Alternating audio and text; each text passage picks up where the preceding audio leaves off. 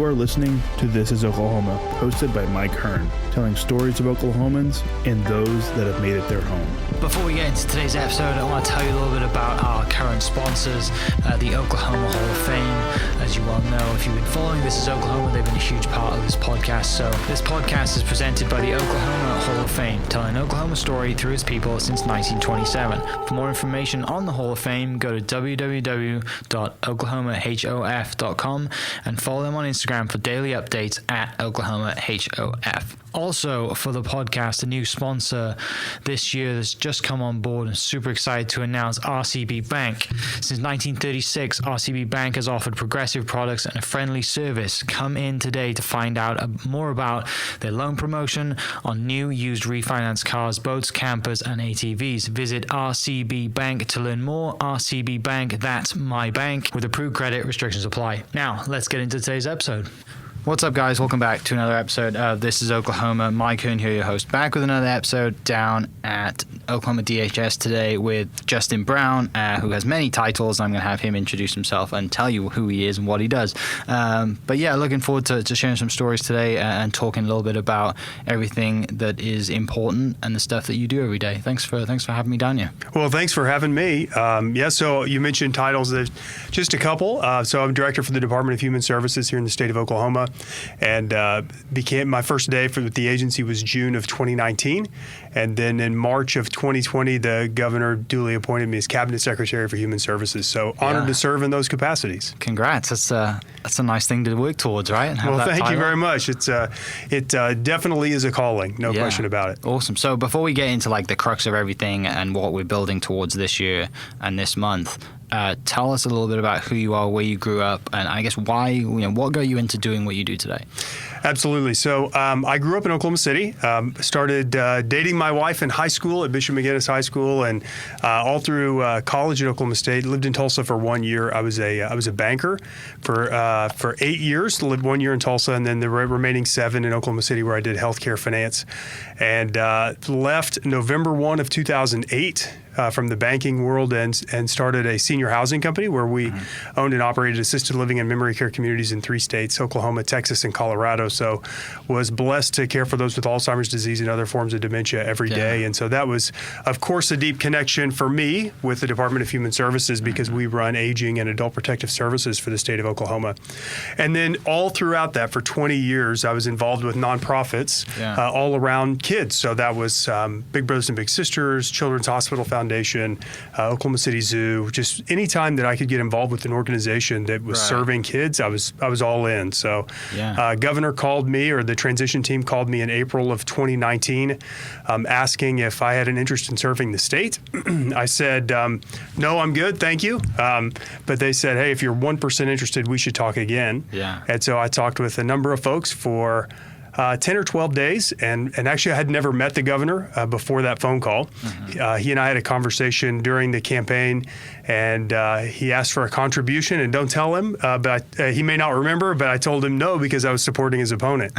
And so great way to start a relationship. Yeah, that's right. So definitely no personal connection prior to that first phone call, but about 10 days after that first call, we met in person over a cup of coffee and talked for an hour and a half about culture and philosophy and what he was trying to do with the state of Oklahoma. And it really just aligned with so many of the philosophies that I hold personally. And, within just a few days, he said, you're the guy. And I said, listen, if you tell me no, I'm good. But if you tell me yes and I tell you no, I'll think about it every day for the rest of my life. I don't have anything like that. And fortunately, he called me a couple of days later, like I said, and said, you're the guy. And exactly 60 days after that first phone call to the day was my first day at the Department of Human Services. It's been just an unbelievable opportunity. Wow. So, I guess what got you into, because not many people that I know, very special people, go down the helping and care route, right? And just the need to self-fulfill themselves with giving back. And it seems like this is something you've just done your whole life, right? It's not, with the Boys and Girls Club, and I'm sure growing up in high school, giving back, like, where does that come from? Is that like mom and dad? Is that family stuff? Or is that something that, That's a great question. For me, It certainly has a familial relationship component to it, for sure. I'm a man of faith also, and so I believe that that we have an opportunity to serve those around us, and it's as much an opportunity as it is an obligation. That to whom much is given, much is expected, and so it just has always been sort of just with something that I've always just done, And a full life for me means, improving the lives of others. Mm-hmm. Yeah, and I've said this many times on the podcast. If people haven't given back yet, and when they do for the first time, they almost get more out of it personally than you do giving to the person that you're giving, because it's like, it's just super self-fulfilling, isn't it? And it's like, I'm trying to think of the word of it, but you just get, like, it's almost unfair how good you feel by giving back, right? It can feel selfish. Yeah, that's right. It really Selfish can. is the right yeah, word. it really can. Yeah. And so you have to, of course, balance that part of your life with every other part of your life. The biggest issue, I don't know if it's issue, but concern that I've had being here is really what I refer to as opportunity cost of my time. Mm-hmm. Because my family is the most important thing in my life, but honestly, when you sit and you weigh the time spent with your family versus, building a program here at the agency that can serve tens of thousands of kids, and taking that hour to devote to the work that you're doing, that's really important. Your family's really important too. And so that's been the hardest. Honestly, I thought it was going to be something different. I thought the most difficult thing was going to be this idea of what you see. When you're in this seat, you experience things and you see things that you would never want to see or even know that occurred.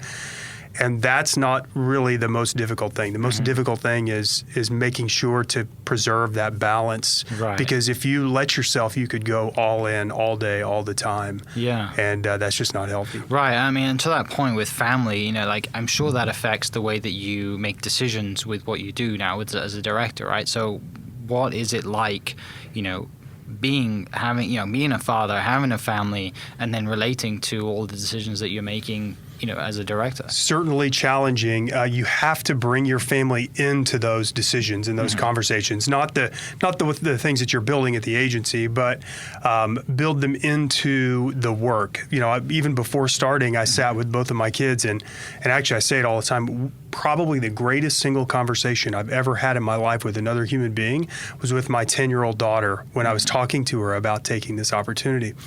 And we sat down at a Chili's right before, or actually right after I picked her up from dance. And we sat there for an hour and a half, and we talked about what DHS was and the work that we do. And this is before I accepted the position.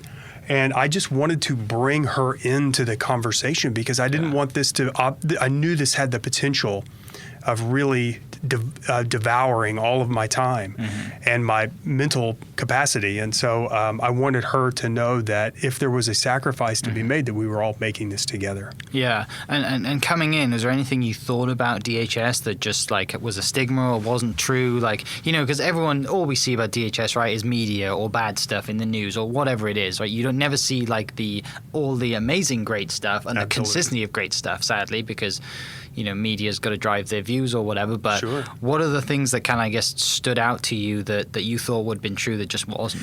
Yeah, so a couple of things come to mind. The first is, so I've been here 22 months, something like that. 2 years ago, my understanding of this agency was purely driven by what I saw in the news, period. And within days, it was very clear that the truth is completely different than what you see on the news. Yes, there are bad things that occur, but it is because we deal with humanity.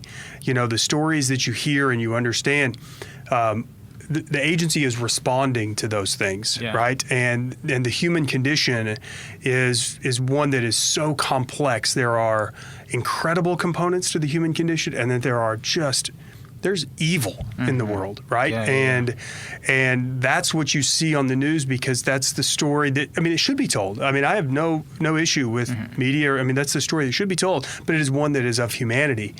And then the other thing that comes to mind when you ask that question is so I come from the private sector before, as we talked about. My impression of what a state employee was or is was completely ignorant. I did not have government experience prior to this, and I had this mental understanding, excuse me, that a state employee was somebody who's disengaged from the work that they're doing, that they're just one side of a transaction. And in some places that's true, but in this agency, we have true heroes that work here. And I see them every day. I'm on the phone with them every day, Zoom meetings, in person. The work that happens here changes lives, and the people who are doing it are here for a reason. And that is so inspiring. I get out of bed every day because of the opportunities that we have to change and the team that is here to help change them. Right.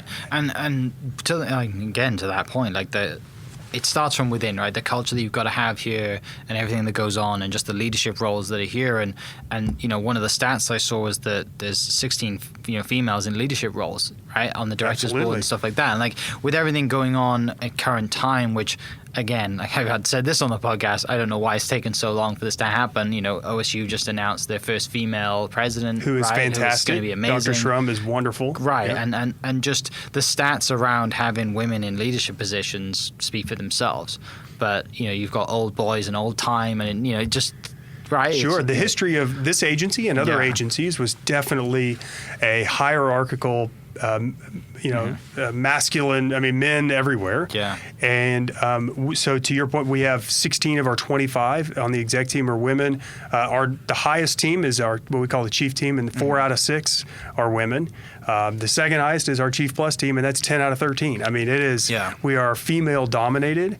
And I would tell you we have, without a doubt, sorry to all those other organizations out there, but we have the best leadership team in the state of Oklahoma, government or not. Yeah. And I'm super proud of the people that I serve alongside. And in the things that you do on the day-to-day basis, right, and the roles that DHS has, you need a mother, right? You need like a mother figure, a father figure in that. And if you have women on the board, they've done that there, and for the most part, they're certainly more in tune to the needs of our workforce, for sure. So we have 6,300 employees in 92 locations across the state. Wow, I didn't know that. Yeah, it's a lot. It's a lot. Yeah. We're the 8th largest employer in the state of Oklahoma, the largest state agency by workforce, and so you have to have people who are in tune with the workforce, and we are disproportionate to women as well in the workforce. So you have to have people who are mindful of that, but by characterizing them, this leadership team, just through that lens is unfair, because I can absolutely tell you, in all of the positions I've been in, we have, regardless of gender, we have the best people. There are so many people who say, well, I just want to hire the best person. We have absolutely hired the best people. It just so happens that 16 of 25 on the exec team are women, and they are tremendous leaders. So I was honored to be able to just participate in honoring them for International Women's Day, which is the profiles that we set up. Yeah. So foster care is obviously a huge part of what you guys do, and a huge part of just the need for it and the help about it. What kind of, because for me, when I grew up, right, I had a friend of mine whose family, they were foster parents, and they had 5 or 6 kids in the house at all times, and there was always fun. We always went over there to hang out, and it was just a cool environment to be around. And I know one family, a friend of mine here, who is a foster parent, but I guess there's a lot of stigmas around it, and it's too much work, blah, blah, blah. And there's I think a lot of people, friends that I know, a lot of them are faith-based. They're friends from church, and they're a special type of people, right? But I think the general public probably thinks that it's too much work for me, I don't want to get into it. That's a lot of stigma to battle, isn't it? It's hard to kind of cross that bridge, I guess. Absolutely. So to your point, we run the child welfare system for the state of Oklahoma, and and the child welfare system really is intended to protect kids and to stand in the gap for families as they rebuild. And yes, it is a real calling. It is true service, but it is also one that is extremely rewarding. If one of the things you're going to see us as an agency start to do is really reframe what fostering is, to make sure that people know that yes, it is a commitment, because you are serving a child 24 hours a day. for a while, but it is intended if we're successful to be somewhat temporary, right? Like this isn't an adoption vehicle where it's the rest of the child's life. If we're doing our job, it's promoting reunification. So when we do have to intervene and move a child from their biological home, not only does that foster parent step in, but we step in for the biological home and provide services there to get that family back to where that child can go home. Yeah. That's the primary goal for the work that we do is reuniting kids with their biological families. How, I guess, without these families, you have to have these families, right, to have a need, as to be able to put them in some way first, right, before you can help back home. I mean, obviously it's extremely important to recruit families, right? Because you've got to be out there and you've got to. You're right. Recruitment's, I guess, the word for it, because people just don't come to you and say, "I want to be a foster parent." That's right. How, obviously it's extremely important, but what's the process of that and trying to get out there and, I guess doing a bunch of, Sure. from someone who's trying to recruit for work, I guess it would be, Facebook ads and Instagram and trying to get people out there. How does that work in the modern age? We are close to starting those sorts of strategies, just contemporary marketing tools. It is recruiting just like anything else. And really what's incredible about it is we're recruiting to a continuum. It isn't just the traditional foster families that you think about. It is a full breadth of services that we need to build, or we have, but we need to continue to expand. And for me, that is, we have our traditional foster care platform, which is what most people think about when they think about foster care is, we've got a 3-year-old and he needs a placement, while we're working with that family. But as our child welfare systems evolve over time and get better, we have reduced the number of kids in foster care dramatically over the last few years.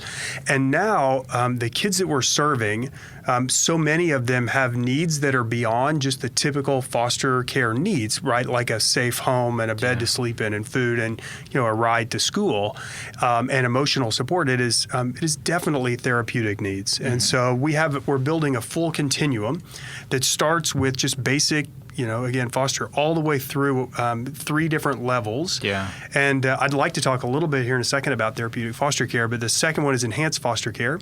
Then the middle there is therapeutic foster care, and then the last is intensive treatment foster care. And with each of those, we sort of step up the resources that are necessary and provided to families so that they can we can support them in adequately serving the kids that are in their homes. So that's everything from, in some cases, there are behavioral health needs that we solve for and provide counseling. There's crisis response. There's respite care, which is critically important. Our foster families, need a date night sometimes, and just being able to provide those.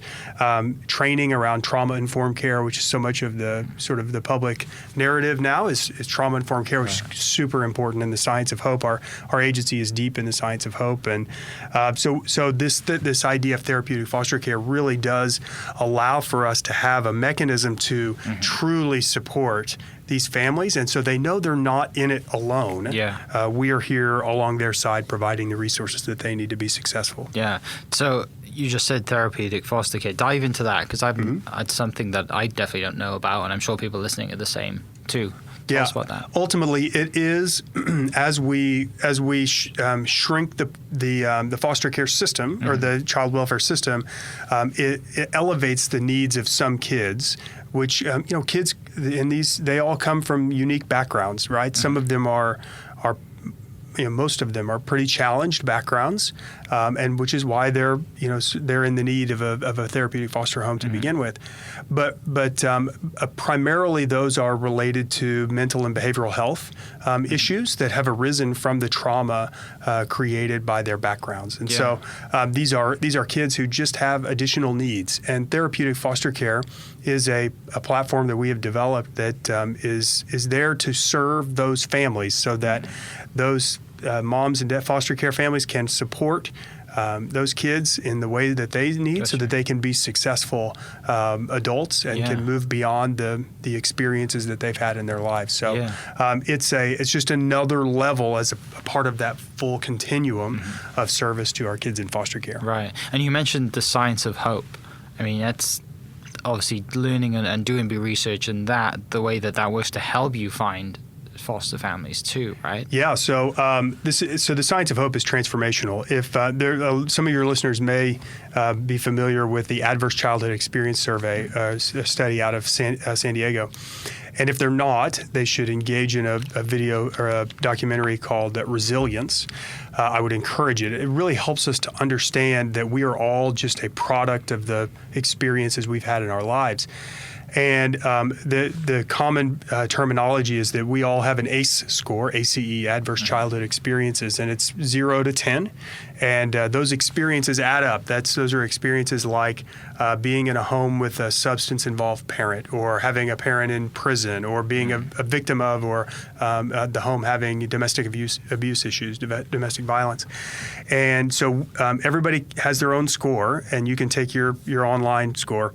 But we believe the Science of Hope, which is not a wish. A wish is, I believe that tomorrow can be better than today. But the hope is the belief that tomorrow can be better than today, and I can do something about it. So it includes the creation of goals and pathways to get me to my goal. Yeah. And we believe that we as an agency, and specifically these foster families that we're talking about, people who stand in the gap for kids when they're in need, that they are a pathway for those kids to have hope moving forward and to combat the high ACE scores that are related to the childhood trauma that they have experienced. When you get into that and you really start to understand the sciences around these things, it just all makes sense, and it gives us something that we can do as just people in the community to be a part of the solution for these kids. Yeah. So you've been here, you said 22 months. That's right. I'm sure, in the grand scheme of things, you're just a footprint, right? But we're moving in the right direction.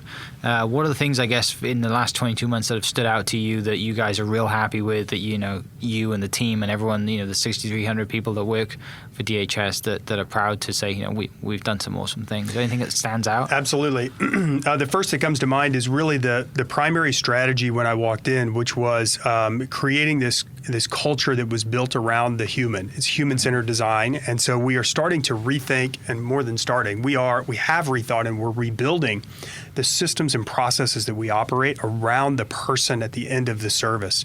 So instead of working to perpetuate our government agency, or even to some degree our workforce, which are critically important, we are here to serve our customer, the person at the end of the service. And so we're rebuilding our agency around that.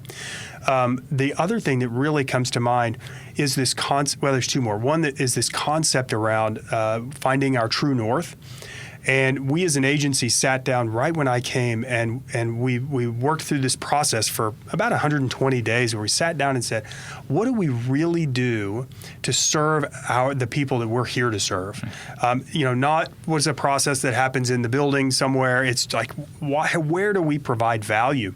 And so each of our divisions came up with 3 to 5 True North philosophies, and those are online. Our OKDHS.org is the website. You can check those out.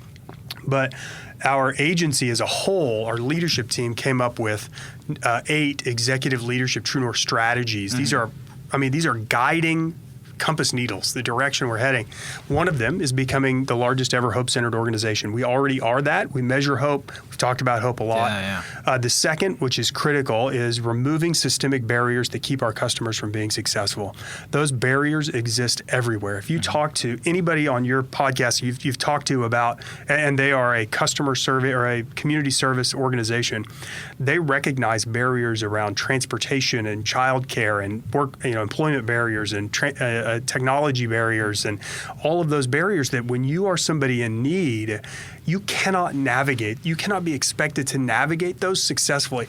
Honestly, I'm the director of DHS, and sometimes I can't figure out how to navigate some of these systems that we operate. So how can we expect somebody in need to navigate those systems? So that's number 2. Number 3 is becoming an elite employer, which is just critical for us. I believe that if you have a passion to serve your community, the Department of Human Services is the place you should want to, the only place you should want to work. And we're getting there. Our workforce is super committed, and I'm passionate about building an agency to serve them. Number 4 is becoming a model of efficiency, effectiveness, and transparency, operating from free from or very little fraud, waste, or abuse. So that's number 4. Number 5 is becoming a space of innovation. That means a national thought leader and program innovator, and we're getting there. But it also means being a self-correcting organization. Gotcha. So if something happens, it is a safe place to raise your hand and say there's a problem here, and that is critical in an organization that serves 1.5 million Oklahomans this year. We'll serve a third of the state's population through this agency. So there has to be a true culture of improvement for the people we serve. Yeah. Number 6 is what we're doing right now, and that's telling our story. I've mentioned it earlier that my impression of this agency 2 years ago was what I saw in the news, and now I know that that's 180 degrees wrong. That for every bad story, there are 1,000 incredible stories that exist in this agency, and we have just stunk at telling those stories. Number 7 is building a culture of equity, diversity, inclusion, and belonging. We have an opportunity that I believe no other organization in the state of Oklahoma has. We have the 8th largest workforce with 6,300 employees. We have 92 locations, and we serve a third of the state's population, 1.5 million Oklahomans. If you're going to make true systemic change, this is the place to do it, and we are doing it. And then the last, number 8, is moving upstream to solve problems for families before they become in crisis. This is the place where we look at, so every year we get about 80,000 calls of child abuse and neglect. 80,000 calls a year is an incredible number, huge. But it's important to know that 90% of those calls are neglect, not abuse, and 70% of those are related to poverty. So if we can move upstream and solve problems for families before they become in crisis, they will never meet our child welfare system. And that's the direction that we're really heading, is working to solve for poverty. Yeah. So those are the 8 executive leadership true norths. We live by those. They are not corporate speak. My team can confirm that when we have a budget meeting or whatever we talk about, everything ties back to our true north in some way. So that, to me, that is one of the things I'm the most proud of in the last 22 months is building this culture around priorities that we say are important to us and through the lens of how we serve our communities. Yeah. I mean, I'm like buzzed listening to you speak about this because I can tell how passionate you are about it, and I understand. I mean, I just see it. Like it's, and okay, people listening might not see it, but if you want to watch it, there'll be a video of it on Instagram, Facebook, and YouTube that you can go to. But this isn't just a job for you, and I can tell that. Like it's an opportunity to make serious change. Yeah, if you want to make change, this is, to me, now there are people who say there are other opportunities as well. This is the place you want to be, is being here at the Department of Human Services. So this is not intended to be a recruiting pitch, but if you want to serve your community, this is the place. Right. So this can be tough, right? But I'm sure with the passion that you have for this, that I can sense that you have, there are things that keep you up at night. What are the things that keep you up that not having enough hours in the day to do work sounds like one of them, just from chatting previously. But so there are a couple of things. The one immediately around that has sort of come to light through COVID, and our agency. I'm so proud of the response of our agency in COVID. I can't underscore that enough. Our team stood up when some other organizations, sometimes stood down. Our team was here to serve the community, and they did not skip a beat. And so I'm super proud of that. But one of them that's come up is we're moving to a pretty full-time telework, remote work strategy as an agency. We learned a lot of things in the pandemic, and there was a lot of them around remote work.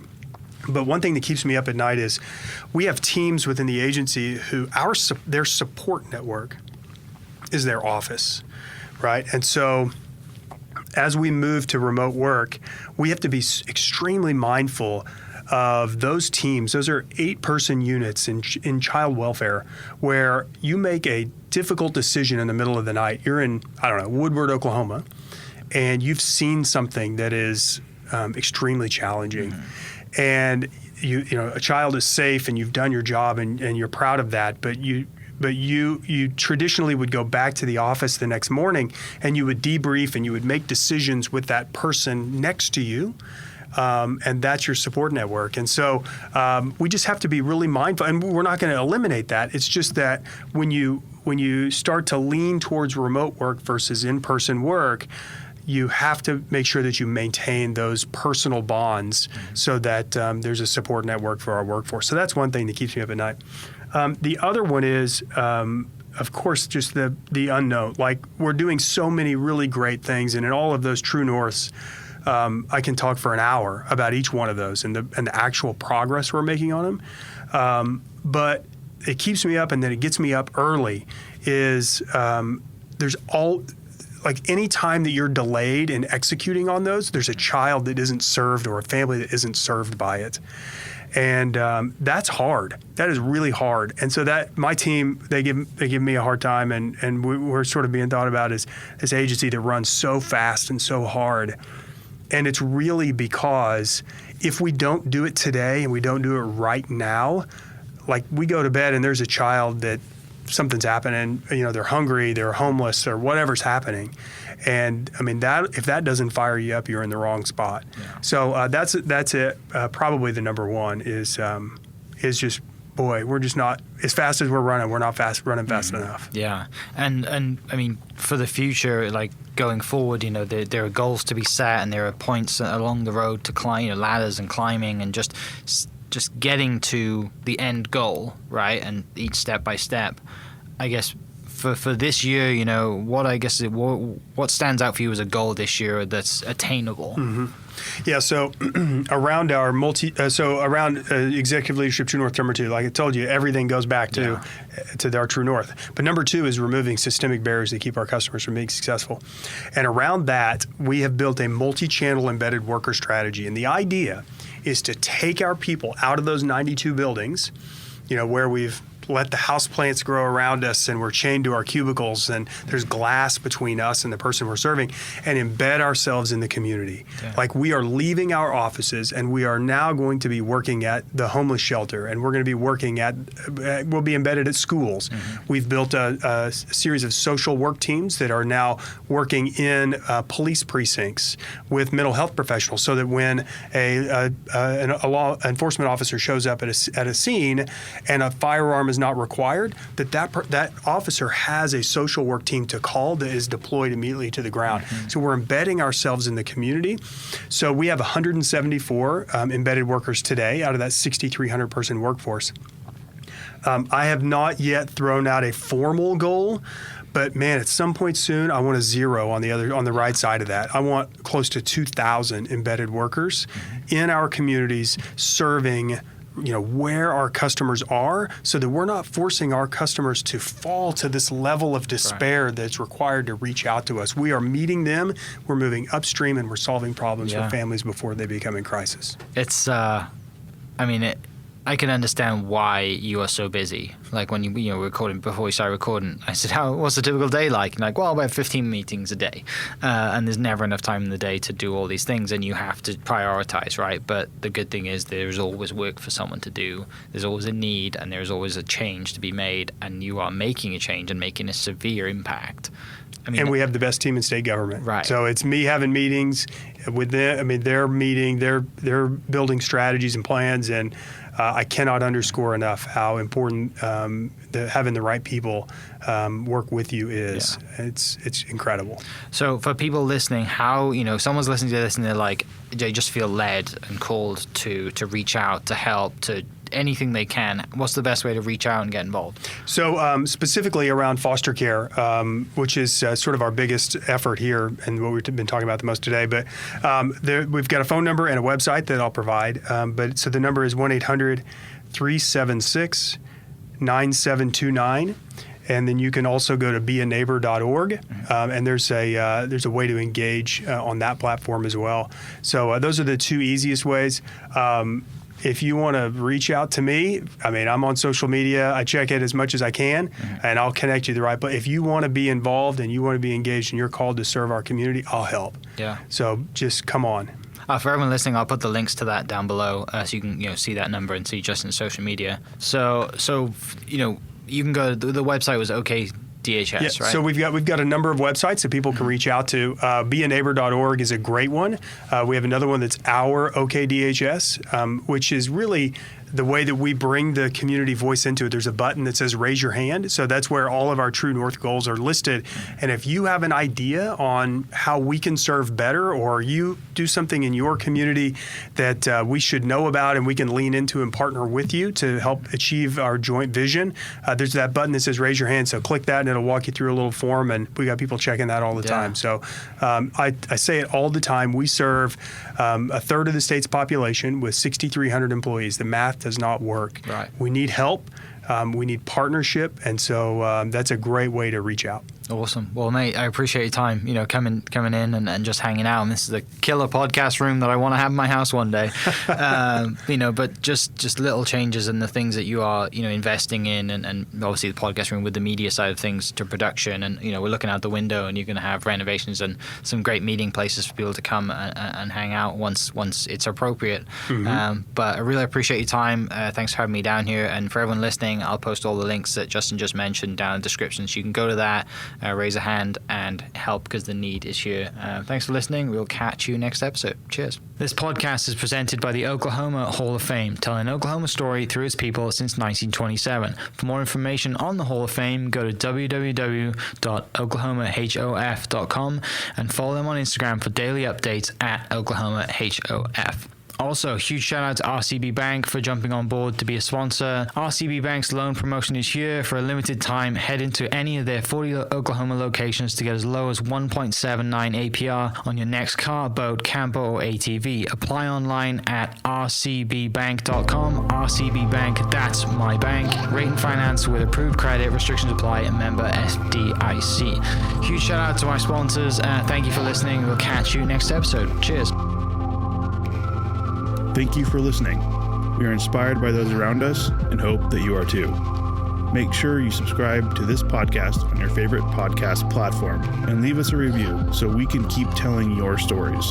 For more great Oklahoma content, follow This Is Oklahoma on Facebook and Instagram.